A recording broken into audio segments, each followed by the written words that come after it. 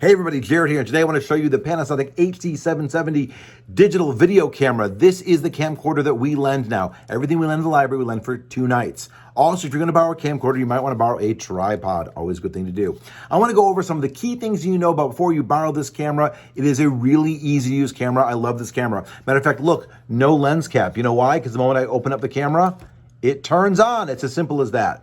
And it's going to ask me, do I want to set the home region, the time and stuff? I can say no if I want to. Now, if you wanted to, you could leave the camera in IA mode, which is a super intelligent auto shoot mode, point and shoot, record, be done with it mode. But you can actually go through the menus and it is a touchscreen. That's why we got this camera. I love a touchscreen camera. It's a touchscreen. You can come over here. You can use the arrow keys. You can go online and look at the manual and get into all the good stuff that you want to take a look at. But I want to go over some key features that you need to know about. First of all, the battery. The battery does not need to come off because you will charge the camera from the camera. So the battery does not need to come out. There is a memory card that we have already inserted in here. If you want to, you can pop the memory card out and you can put it in your computer, but you don't need to because there actually is a cable as well that you can do it with. So you have some options here depending on what you're trying to do. Now, let's go over some of the sides of the camera. We have a headphone jack right here if you want to listen to with your headphones to see what things look like. And we have the DC 5-volt input. Now, the DC 5-volt input is actually a USB cable on one side, and it comes with the charger. So you get the block, and you get this proprietary, please don't lose it, cable that allows you to charge the camera. We also have a USB cable for data transfer. Now, this is the USB that goes in the camera, and it's USB-A. And you're like, my computer doesn't have USB-A. If your computer doesn't have USB-A, you really need to get an adapter. We can't get all the adapters for you. I know a lot of the USB-C only computers are out there, and that's great. But if you have one of them and you use an accessory, you really need to get a hub of some sort.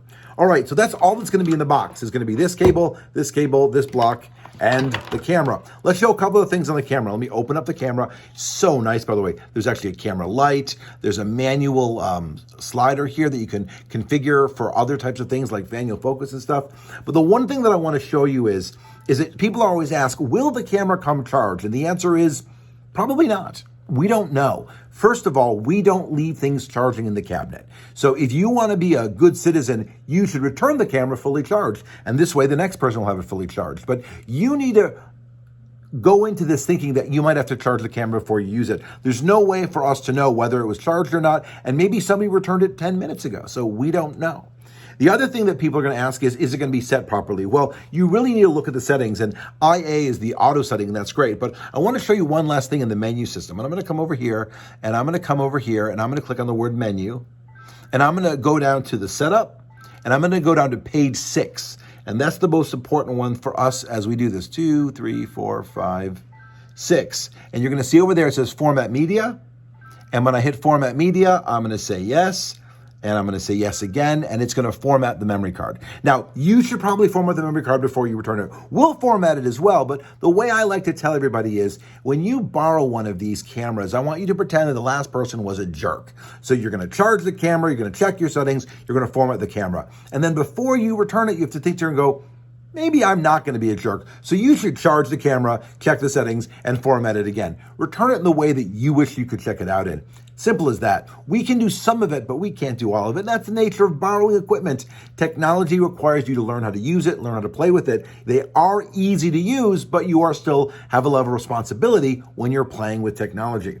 Anyway, that's it. You press exit. There's buttons on it. There's all sorts of buttons. This thing has all the bells and whistles. It is crazy how advanced this camera is, and you're welcome to learn to do all the good things with it. If you have any questions, I would look at the manual. If you have any problems with the equipment or any other questions overall, please feel free to email me. My name's Jared, Friedman Center at KSL, and happy shooting.